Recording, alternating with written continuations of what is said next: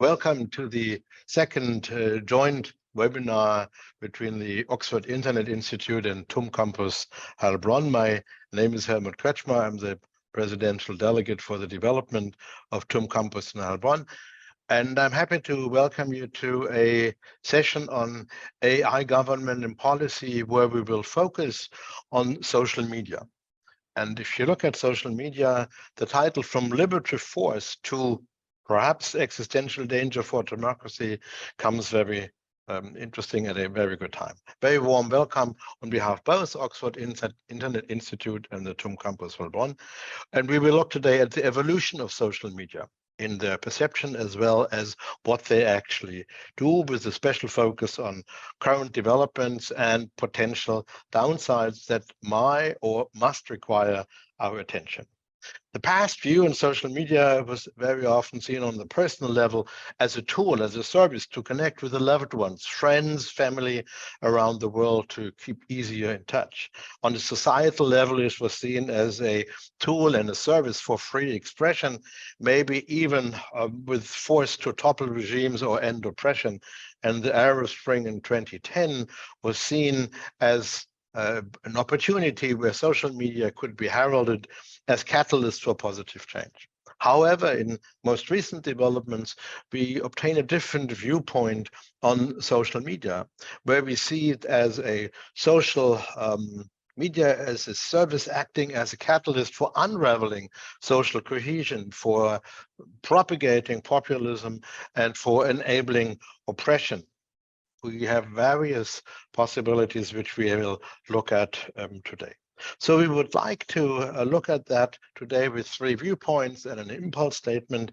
We would like to look at the economic viewpoint, looking at companies using fake followers and observing fake followers in a positive as negative sense, to look at in the perfect scale digital repression in Iran, and I think that's very interesting to look at in the large scale, to look at digital tools to influence politics on a global scale, and then continue with the discussion input on the issues of using that technology to influencing elections.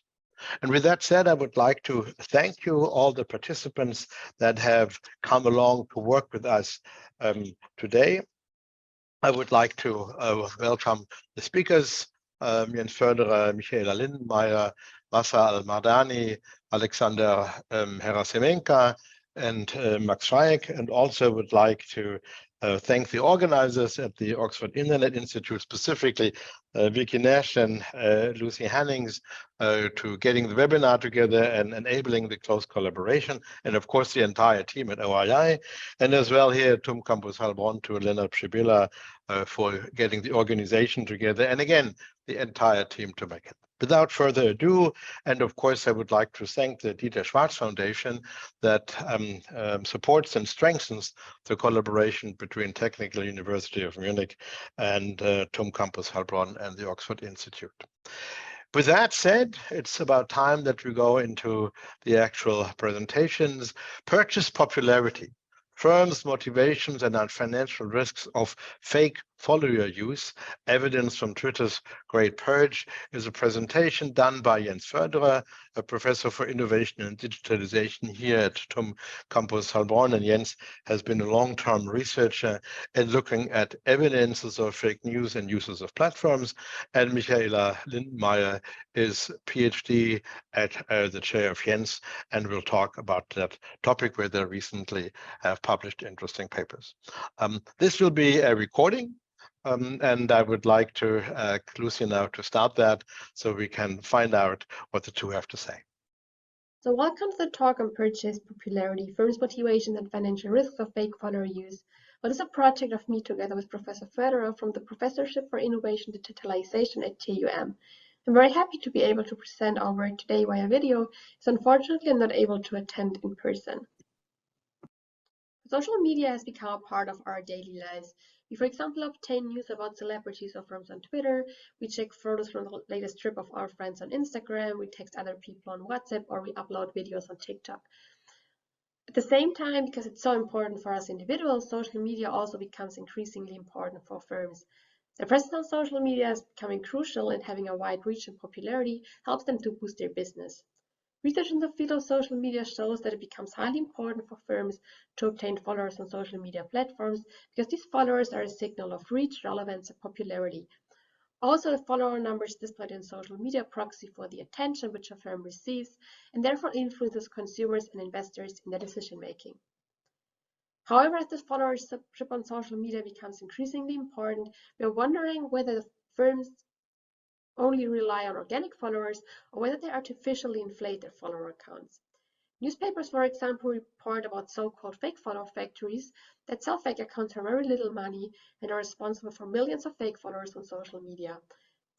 And facing the importance of followers and also the ease at which fake followers can be acquired, it becomes important to understand for us researchers to what extent fake followers are actually used and how they influence decision making.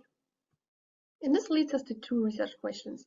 So first, you want to explore to what extent firms use fake followers, and in particularly what firms engage more strongly in this practice. So as a result, we want to get an average estimate of fake follower use on social media, but we also want to explore if there are differences in the firm characteristics which drives the incentives for fake follower use. Second, we also want to explore how investors react when it is revealed that firms have engaged in fake follower use. And this allows us to understand the actual consequences of fake followers and helps us to assess the risk associated with fake followers in distorting the firm perception online. The prior research has investigated related questions. However, the gap which we explore remained unstudied until now. We know from prior research that social media is highly important for firms, and that firms' engagement on social media relates to metrics of firm performance, such as, for example, stock prices or firm equity, but also sales.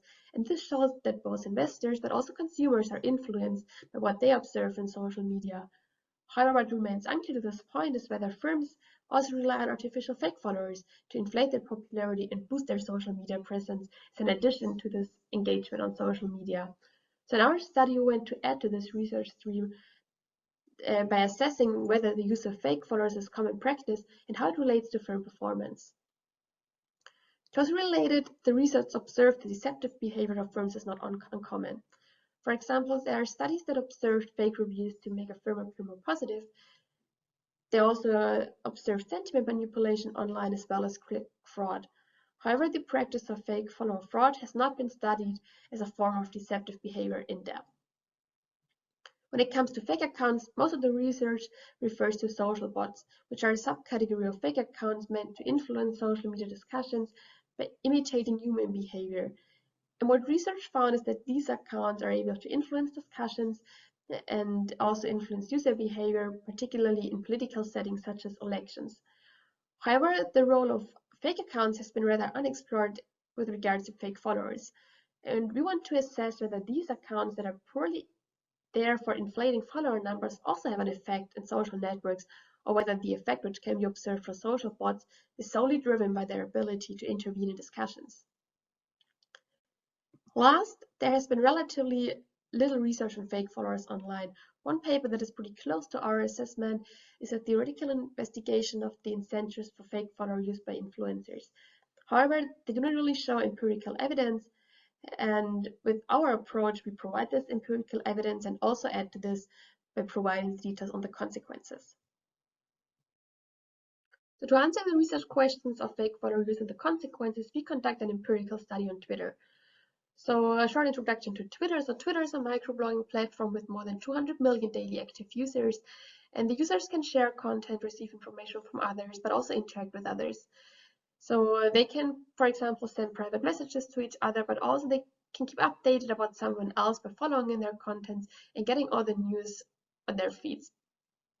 So Twitter metrics are also frequently cited in the media, and Twitter is extensively used by firms. For example, we observe that large firms such as Apple or Google have several millions of followers on the Twitter platform. However, at the same time, the news report that Twitter is potentially distorted by fake accounts. There are articles about fake follower factories that allow firms to easily acquire fake followers, but also the debate about the proportion of bots during the Twitter acquisition by Elon Musk shed light on this problem. Oftentimes, researchers that conduct studies on fake accounts on Twitter rely on heavily criticized detection algorithms. So these algorithms normally rely on metadata, network statistics, or communication behavior from individuals in order to predict their likelihood of automation. However, the problem with these algorithms is that oftentimes many human accounts are actually considered automated, which makes the result of these studies also debatable. And to overcome this challenge of using these criticized detection algorithms, we use an alternative identification approach, and we used an event on Twitter in 2018. So in 2018, Twitter purged tens of millions of fake accounts, accounting for approximately 6% of the overall platform's followers, based on suspicious behavior. So basically what Twitter did, they removed so-called locked accounts, which had shown suspicious behavior in terms of automation, and afterwards these accounts were just removed from the platform. And this unique event allows us to exploit the change in followers as the proportion of fake followers on the platform. However, we also know that the purge was not a completely free decision of Twitter, because there was some outside pressure that ensures that Twitter really had a serious interest in removing these fake accounts. So for example, reporting of the New York Times about the fake follower factories and FTC investigation, and also pressure from advertisers made it highly likely that Twitter was really interested in combating fake accounts. Also, as the event was only announced one day in advance, it can be exploited as a shock and allows us to isolate the effects of the fake followers. If locked accounts were removed from the platform, also these accounts have not been able to intervene in discussions prior to being removed, and thereby we ensure that the effects are solely driven by the inflation of follower accounts and not by any behavior of these accounts. We use a panel data set of all the firms in the S&P 1500 Composite Index to assess the effect which the purge had on these firms. And therefore, we rely on fixed effects regressions to obtain the estimates for the use of fake followers. And what we see is that after this event, we observe a sharp decline in followers, and you see that on the day of the purge and the day afterwards, because it was completed within 2 days, the number of followers significantly declined, and we see that firms lose on average 1.17% of their followers.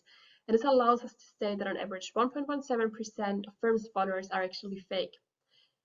If we translate that to absolute numbers, this can be associated with an average 12,000 fake followers on average. However, also not all firms rely on fake followers to the same degree. For example, we observe significant differences between firms in terms of size and competitive intensity relating to their fake follower use. The graphs down here show the decline in fake followers depending on a 1 standard deviation change in competitive intensity of firm size. And for consistency reasons, the firms is inverted. So the higher values of firm size actually present the smaller firms. And both graphs show that both higher competitive intensity and smaller size are associated with more fake followers. So therefore, a firm that faces higher competitive intensity and firms that are smaller show a larger proportion of fake followers. And this is actually not surprising, because these firms tend to compete for attention with a larger number of firms and need to stand out. And at the same time, smaller firms are oftentimes less visible, where fake followers help them to obtain more visibility online. Also, if you look into heterogeneous effects in other studies, for example, in fake review studies, we see similar effects. So to understand the consequences of fake followers, we investigate the reactions of investors when it is revealed that firms have engaged in the fraudulent practice of fake follower use. And what we find is that investors react significantly negative to the information that firms have engaged in fake follower fraud. It's an empirical approach. We use the event study approach. And for a better understanding, we just illustrated here the idea behind this approach. So prior to the event, in our case, prior to this purge, we estimate the normal behavior of the development of stock returns, depending on the market return. And this allows us to then predict the normal behavior even after the event, and we can calculate the difference between the expected and actual return as the so-called abnormal returns. And then we can aggregate these abnormal returns over the period after the event, and we can assess the overall market reaction to the event. And overall, we find that the cumulative abnormal returns drop by 0.078% for a 1% of fake followers. So even though this seems to be a relatively small proportion considering the large market capitalization of the firms in our sample, this is actually not that small in absolute numbers. However, we also want to understand why this is the case, and we explored 2 main mechanisms that could potentially drive the decline in stock returns. So we contrast the mechanism of reputational damage and revealed influence. So first of all, for the reputational damage mechanism, we argue that social media users might feel deceived by firms' fraudulent behavior, and they signal this negative feeling towards the investors who then react to this overall negative perception of firms. And to assess whether this mechanism is confirmed, we assess the response sentiment after the purge. However, we do not really observe any significant changes in sentiment after compared to before the purge, and therefore we do not find evidence that the overall sentiment of a firm becomes more negative, and which can be used as a signal by investors. The alternative explanation is revealed influence, which indicates that when firms reveal the actual number of followers because fake followers are removed, investors become aware that the actual popularity of a firm is smaller than expected. And based on that, investors adapt their expectations about the future profits, and then they divest. And to test this mechanism, views are counterfactual, because if this is correct, then the abnormal return should increase again when there is a rise in followers. And we can actually test this mechanism because after some months, there's an increase in followers again, because users have the possibility to restart their accounts. And we find it confirmed. So we actually see that indeed, after the fake follower numbers increase again, the abnormal returns increase as well. So overall, we find that investors react negatively to the information that firms engage in fake follower fraud, and this is because this reveals the actual influence of firms. So to summarize, I will quickly show the investigations of both of our research questions. So first, we asked to what extent firms use fake followers and which firms engage more strongly in this practice. And on average, we find that 1.7% of firms' followers are fake. And instead of relying on heavily criticized detection algorithms, we use a new methodological approach and show that our estimate is considerably smaller in comparison to studies using these algorithms. For example, a study of Bastian Foerderer in the political setting claimed a proportion of 15% of accounts being fake. And this shows that probably the proportion of fake followers is not as high as expected in prior study, but it is highly inflated by false positives resulting from the inaccuracy of detection algorithms. Relying on the same methodological approach, however, Silva and Prof find a similar proportion of fake followers as we do in a political setting, where they find that on average 1.2% of politicians' followers are fake. Also, we observe large differences depending on firm characteristics. So we show that incentives of fake followers significantly depend on firm size and competitive intensity, because smaller firms and firms that compete against more other firms need to rely more on attention-seeking mechanisms. The second research question assessed how investors react to the information that firms have engaged in fake follower use, and we find that investors react significantly negative to this information and see that firms' abnormal returns declined by 0.078% for 1% of followers being fake. And the reason for this decline in abnormal returns actually lies in the number of followers as a relevant investment signal for investors, where higher follower numbers indicate future viability of a firm. To compare the estimate for the reduction of abnormal returns, we contrast our effect to the effects on product recalls, which would be comparable to a 2.3 proportion of fake followers, while 12% of followers being fake would be comparable to the relation of deceptive advertising practices. But actually, what do our results then mean? We argue that our findings have relevant implications for policymakers, but also social media platforms.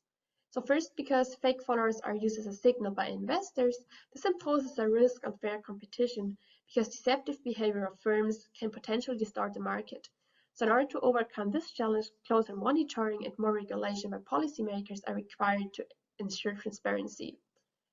Second, we find that social media platforms seem to tolerate fake followers and only remove them if they face external pressures. So the platform firms do not take sufficient measures to proceed against accounts which artificially inflate popularity.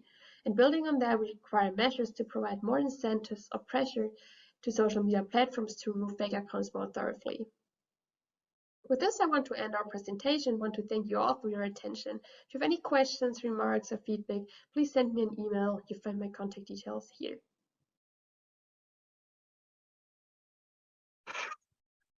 With that, I would like to thank both Michaela and Jens for producing this very interesting single event study that helps us to shed numeric light of the size of the phenomena and also the economic as well as policy importance of the phenomenon. It's interesting to see that surprisingly small numbers, if one looks at the popular numbers versus the numbers they have found, have a major impact, and that stock market reacts to these transparencies if they are produced, as well as the need for policy regulation and as well as action by the social media platforms. That, so to speak, was the economic level and firm level we looked at. Let's now move on to the next presentation, which will look at the societal level. And I'm very happy that Mahsa Alimardani, a researcher at the Oxford Institute for the Internet, will talk about digital repression and how the Islamic Republic of Iran, I would say, actually implements it or might implement it. In the announcement, we have stopped the title there to give Mahsa more freedom on talking about the aspect she finds very interesting with that. And she will talk about the tactics of digital repression in Iran and how authoritarian internet frameworks mean and you get used to disempower democracy and civil society. With that, Mahsa Alimardani, it's your microphone and your talk. Thank you so much, Helmut. Yeah, apologies, there was a typo, I think, in the title. It's just digital repression in the Islamic Republic. I am currently writing my thesis. I'm a DPhil candidate at the OII, and my thesis is trying to unpack how Iran's authoritarian internet framework can be conceived under the definition of internet nationalization. So I'm looking at how national controls and new frameworks, how national controls are providing new frameworks for understanding the authoritarian internet. So my focus is really trying to understand what the regime in Iran, known as the Islamic Republic, really impacts those within Iran. There are a lot of studies done on how the Islamic Republic, as an entity that engages in cyber warfare and information manipulation, often tries to have this impact globally. I have done some papers that have tried to study this. One paper that I wrote with my colleague and now graduate of the DPhil program at the OII, Mona El-Sawa. You can find it. It's called Propaganda Chimera, Unpacking the Iranian Perception Information Operations Within the Arab World. And so we did a study trying to understand what kind of efforts are being led by the Islamic Republic in terms of manipulating the information space within the Arab world, within the Arabic language. And our conclusions from the study were mainly that they were very ineffective and amateur operations that barely got any engagement. However, they did aid in terms of being perception influence campaigns, in terms of creating chaos and distrust by the very fact that, these actors and these attempts were being made. So their success was measured in a different way. However, what I have found is the most effective campaigns, either influence campaigns, censorship, surveillance, and monitoring campaigns being conducted within the internet space by the Islamic Republic, the most effective have always been against its own people in the Persian language. And that's very much what I am trying to study, are the various tactics of information control within the Islamic Republic, and kind of unpacking this within the digital repression framework. And so why do I see this? Well, why do I see this as internet nationalization? Well, internet nationalization is defined as the process whereby the state centralizes the control of both data and infrastructure of platforms and internet services. And how you look at how I am looking at national controls is through assessing its effectiveness through various means, such as evaluating the national politics that affects national controls, evaluating geopolitics, as well as socio and cultural realities. In order to do this in my study, I have been trying to create a mechanism to assess digital repression for national control in terms of its success and its metrics through a comparative analysis across various different authoritarian systems. And so I have created a coding mechanism starting from the North Korean model of the internet all the way to the Turkish and Pakistani models of the internet, and trying to assess where the Islamic Republic sits on this kind of scale.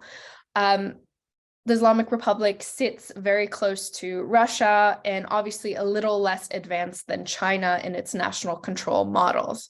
However, that's not what I really want to unpack here, not the coding or the comparative analysis I'm trying to do, but to understand within this discussion we're having here is how do foreign platforms and the Islamic Republic's role in trying to manipulate and control the presence of foreign platforms, such as Telegram, such as Instagram, WhatsApp, and Twitter within its internet space. So within this study that I'm trying to do, obviously, there have been various different approaches to understanding what nationalizing the internet in Iran means. I think the most famous way that a lot of people might have come across is the National Information Network. It's been called the Halal Internet, which is this effort Iran has made. Some folks have thought it's the kind of intranet that North Korea has and it enables to create something like this.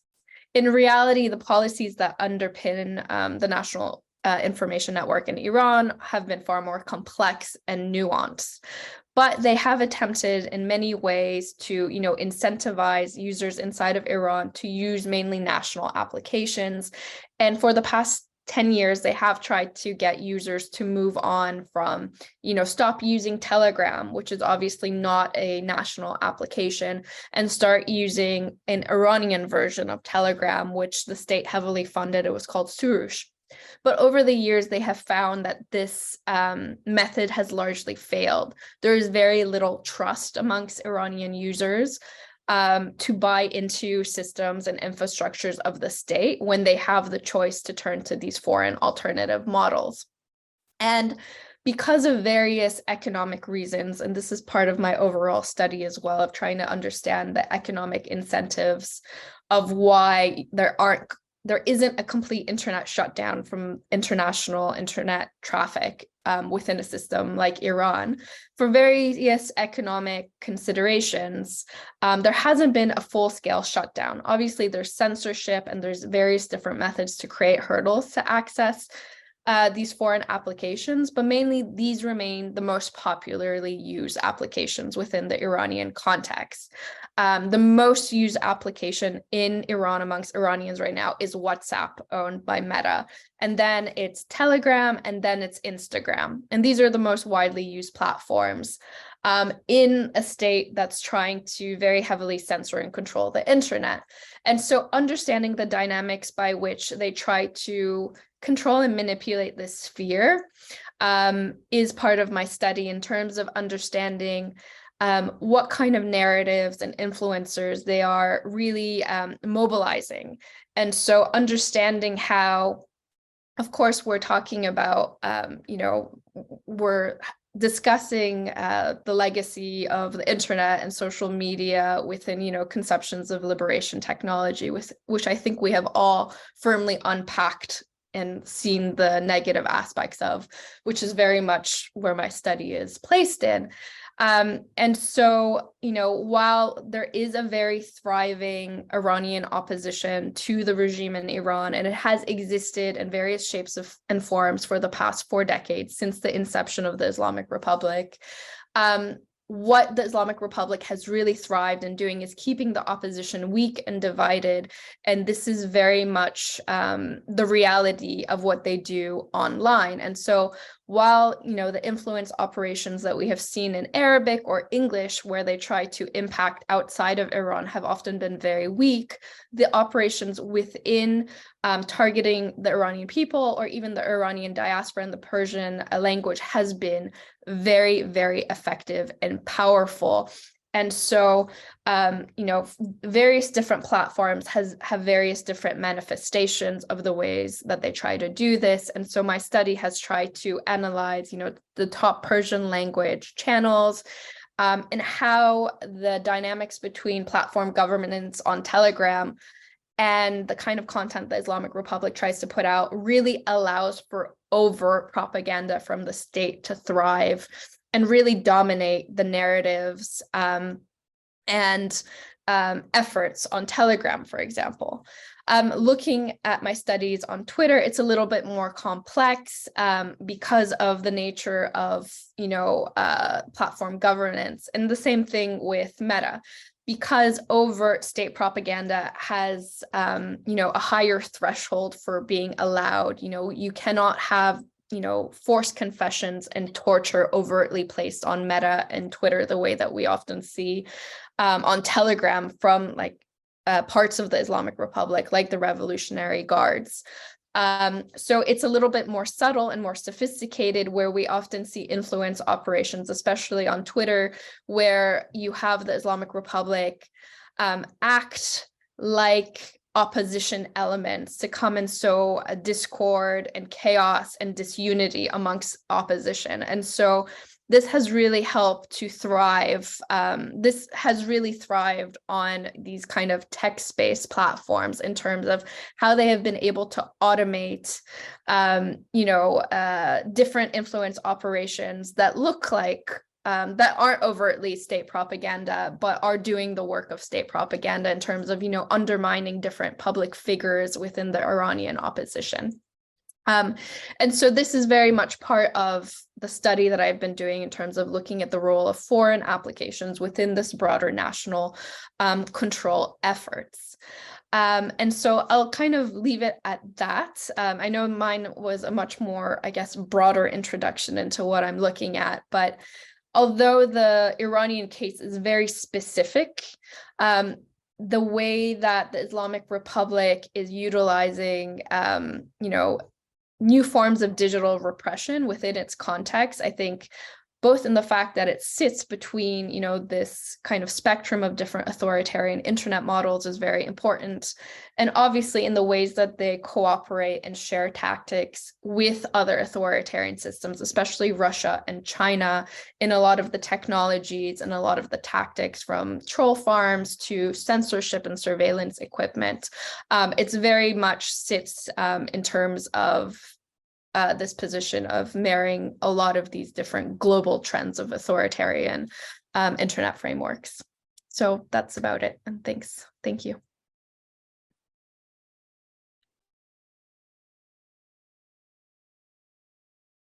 Thanks, Masha, for the very interesting and detailed perspective on the interplay between national repression, national control, economic factors, and also the role of language constituencies in terms of ways to still use foreign platforms, but in different languages and with different setups. And I think it's very interesting to come back with a few questions later on how exactly are the mechanisms evolving and what can be learned for upholding not being oppressed under such a situation.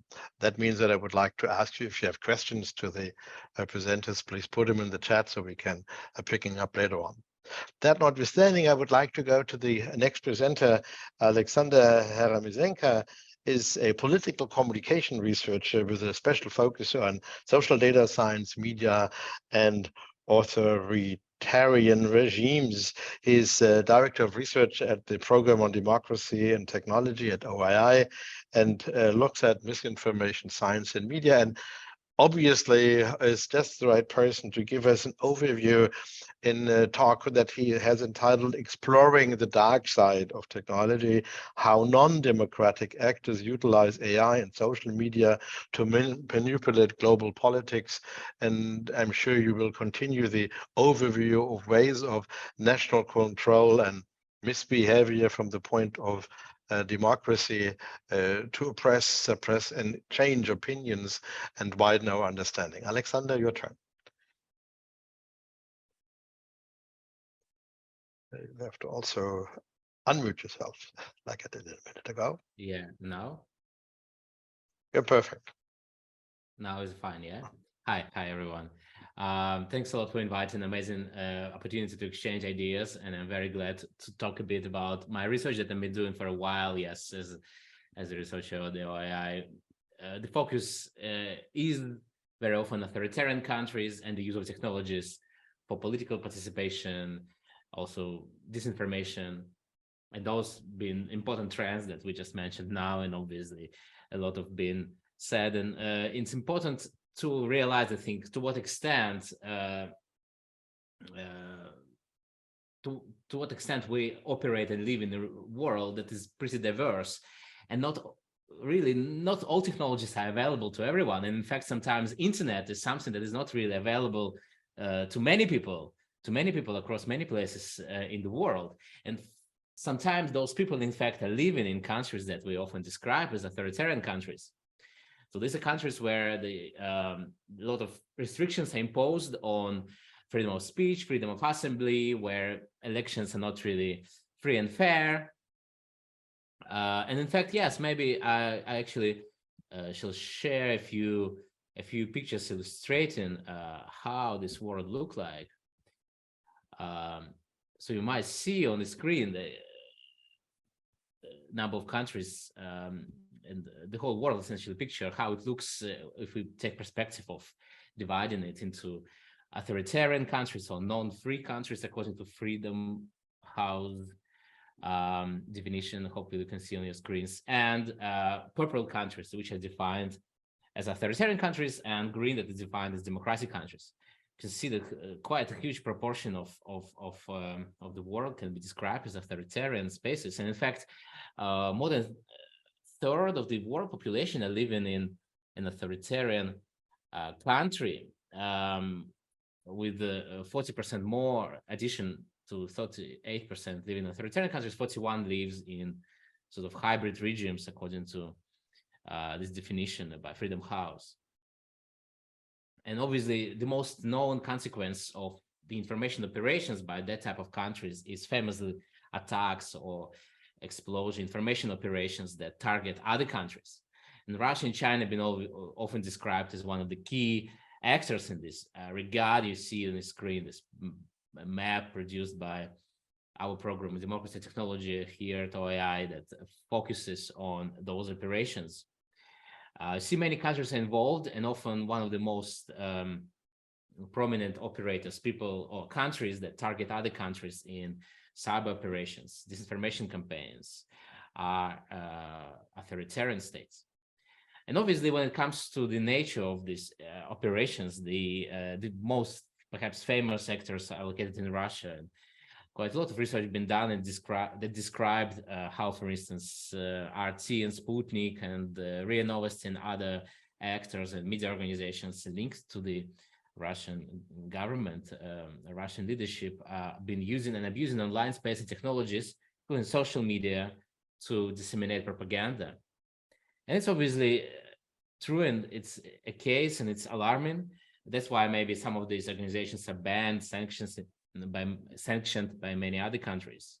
However, it's not really full and complex picture, and we often, I think, forget about people who operate inside those countries, inside authoritarian states, activists or dissidents who have some different political ideas that try to express them. For instance, people who try to protest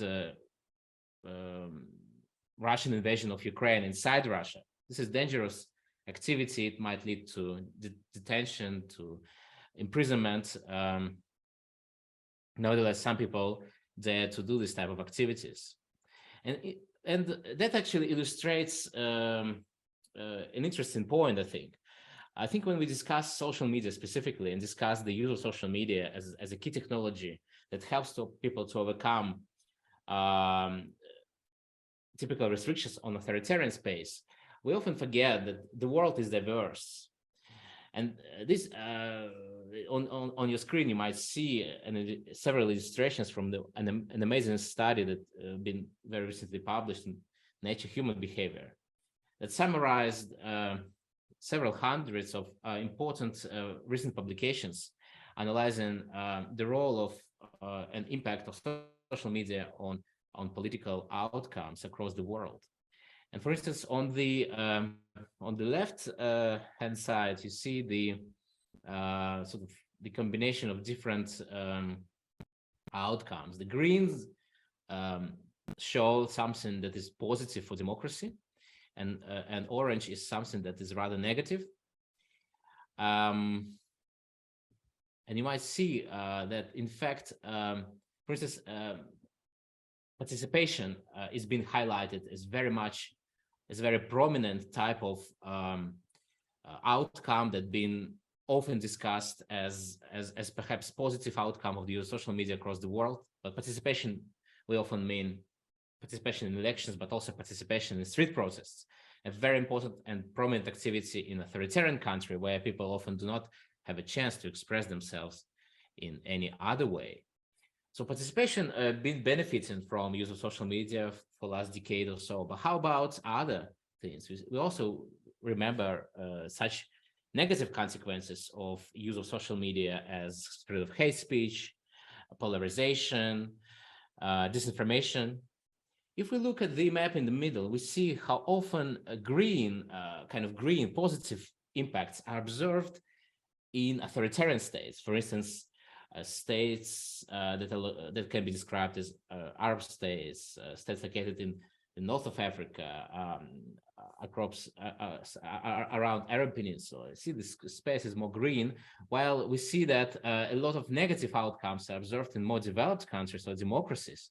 This is also illustrated by the graphic to the right. You see a lot of countries that can be described as liberal democracies. They often been contexts against which negative outcomes of the use of social media reported, specifically in the US, but also in Italy, Spain. On this map in the middle, you see how much attention to negative outcomes of use of social media have been paid to this by the scientific studies conducted around German contexts. So this is what really, I think, importantly illustrates difference between different parts of the world. It's often that in one part of the world, maybe a bit more developed, maybe a bit more democratic, we see social media, especially these days, is very negative tool. But I think still in many authoritarian countries, people see social media as a very positive thing that helps them, especially helps dissidents. I think it's important to remember that. And while perhaps the previous decade, we still could describe as decade of the social media participation, at least when it comes to authoritarian space. I think next decade, unfortunately, might be described as the era of surveillance. And that's what's happening, especially with the spread of tools known as artificial intelligence. So what is surveillance? Surveillance is obviously a key way that authoritarian states use to monitor and control their citizens. Surveillance helps authoritarian states to establish the location of a dissident or an activist, helps to identify who is behind a critical post online, who might be trying to organize a protest. Surveillance has been around forever, perhaps, but I think something has changed very recently. And there are a few things changed. Technologically, there are new tools, but there's also a trend toward de-anonymization of the internet. Internet itself emerged as very much anonymous space. In the 90s, perhaps not that many people cared about revealing the real identity of many users who just use internet using their nicknames. Now, there's a huge trend toward de-anonymizing people, which is, I think, driven by greed of platforms, national legislation, and other reasons. And anonymity is, in fact, one of the key enemies of surveillance. Anonymity really helps to avoid surveillance. However, de-anonymization, as well as the development of artificial intelligence, is something that drives activists back into space where they can be easily surveilled and prosecuted. So what it feels to me now is that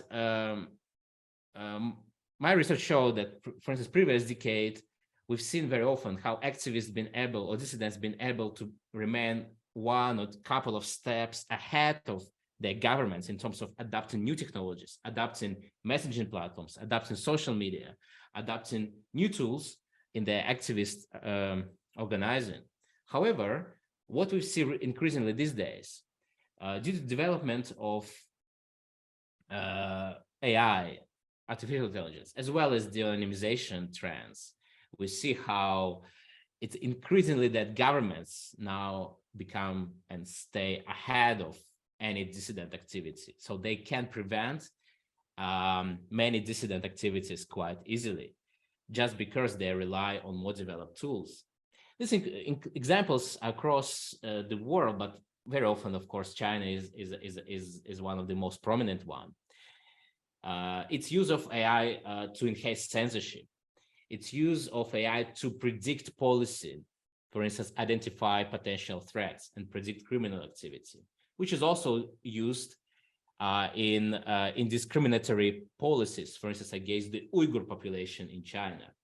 Its social credit system, its political manipulation already mentioned, its biometric identification when governments implement facial recognition technology to track and monitor individuals. And that's where AI is very useful.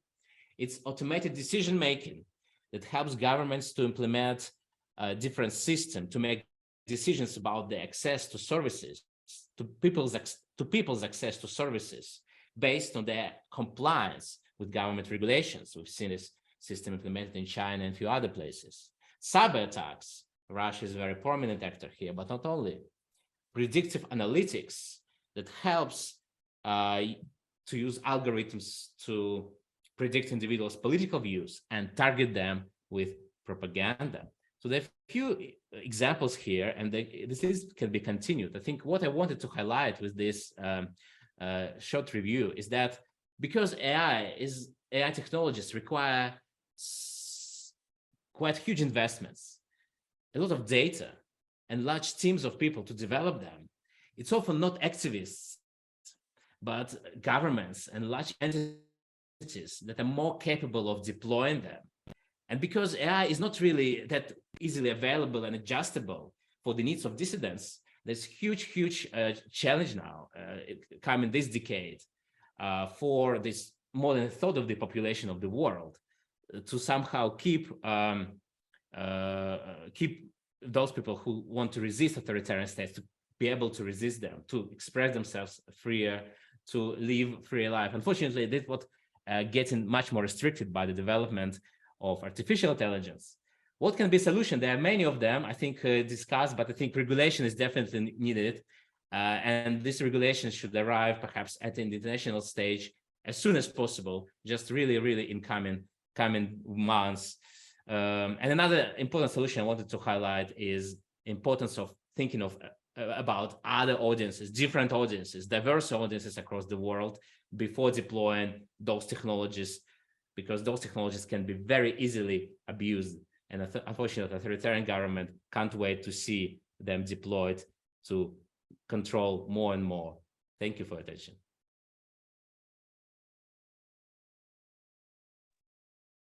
Fascinating viewpoint, and also some surprising issues that might lead to a later discussion on kind of a developmental or stage model of social media. It might first help dissidents to use free expression of opinion, but in the second step, it can be nationally controlled. And you gave us a whole arms toolkit that can be used for all kinds of national control, and I think we'll have a few questions. Let's get into the discussion mode. We have about 9.5 minutes left for that, and I would like to have Maximilian Schreieck from the University in Innsbruck, formerly at the Technical University of Munich and at Wharton, to kick off with a perhaps also more monetary or econometric perception on the capabilities of fake news on election campaigns. Aliaksandr mentioned free and fair elections. Well, that might be free and fair in the Election Act itself, but the question is, how were the perceptions steered before? And I think Maximilian, you could kick off the discussion. And for all of our listeners, please use questions and answers to pose the questions, and we'll then kick off the discussion. Thank you so much, Helmut. Those were three very insightful presentations, and my task is now to very briefly give an impulse for discussion, building on those presentations, and also actually on the title of the whole event about the existential danger of social media. So I really have just one slide for 1 minute to show you, which actually reports on some work we have done together with Helmut from TUM and Eric Clemens from the Wharton School about the effect of fake news election campaigns. And this is based on a simulation study that we did. And I want just to highlight one key message as an impulse for the discussion. So we saw a lot of fake news campaigns. A lot of that was discussed in the US, but also related to the Brexit referendum. There might have been foreign actors doing these fake news campaigns, also internal actors doing those fake news campaigns. And we saw in our simulation that the effect on the election depends on how targeted these fake news can actually be. So if you can target the fake news campaign very good to a receptive audience, you have low backlash for that fake news campaign, and you might be successful in manipulating an election outcome. Of course, that's hard to measure, but that's one result of the simulation. If you are not able to target a receptive audience, you might have a high backlash for your fake news campaign, and it might not affect the outcome of the election. However, and this is where it gets towards the existential danger, both cases lead to an increasingly divided society, because if you spread fake news broadly, you not only trigger the receptive audience, but you also trigger the backlash, leading to a divide in the society. If you are able to target a specific group, you will also make that audience more opposed to the other side. So regardless of whether the fake news campaign is actually effective, it leads to an increasingly divided society. So regardless whether a Russian effect on the Brexit campaign was there, it might definitely have contributed to a decrease in societal cohesion, to an eroding social cohesion. So there is a vicious cycle here, and my first my impulse for the discussion is, how can we address this vicious cycle? We as a society, what should platforms do? What should regulators do? And I think this is a great audience and panel to actually look at this question. Thank you. Thanks to all the presenters, and any questions between the presenters? I think Maximilian, you showed very nice the mechanism that Mahsa described, the division of the opposition, whichever way you can influence them. And I think this unavoidability of division might be one of the greatest dangers. And I'd like to hear Aliaksandr's comments on whether he sees any measures that the platforms can do, or any measures how opposition can go against it. Let's start with Mahsa. Any comments on the other presenters? Yes, yeah, it all, I think, is part of the same overall story. Everything I think we were contributing. I mean, the things that Aliaksandr was presenting about the contributions and development of AI and surveillance technology in China, it's very much part of what I have been monitoring to aid in my research, which is, how the use of facial recognition technology, which China has been at the forefront of developing. And there's many ways to actually look at the insidious ways that this technology that can be presented as quite benign is being mobilized for digital repression, especially in the ways that you see that, China is being involved in a lot of standard setting bodies because this technology is new and emerging. They are really trying to be at the forefront of setting the standards within various spaces like the International Telecommunication Union, IETF, and so on. But we have been seeing that, for example, this emotion recognition and facial recognition technology that China has been developing is being sold. We've noticed companies like Telensol in China. I believe it's called Telensol. I might be getting the name wrong, but Chinese companies have been selling this technology to states like the Islamic Republic under the guise of selling traffic surveillance technology. And we've been seeing this being mobilized to identify protesters, to identify women not wearing proper hijab. And this is very much this exchange in repressive technology. So that would mean that, as one of the questions came along, commercial surveillance software is gobbled up by governance under various pretenses to actually being used for other purposes than it has been originally been done. Did you, Aliaksandr, observe that in your global studies in the same way, that it's kind of an export hit for software companies to export that type of surveillance software? Yeah, exactly. That's the strength of current era of surveillance compared, let's say, to 20th century surveillance technologies developed in authoritarian states. 20th century technologies back then were mostly developed by state-backed and state-controlled organizations, entities, research institutions.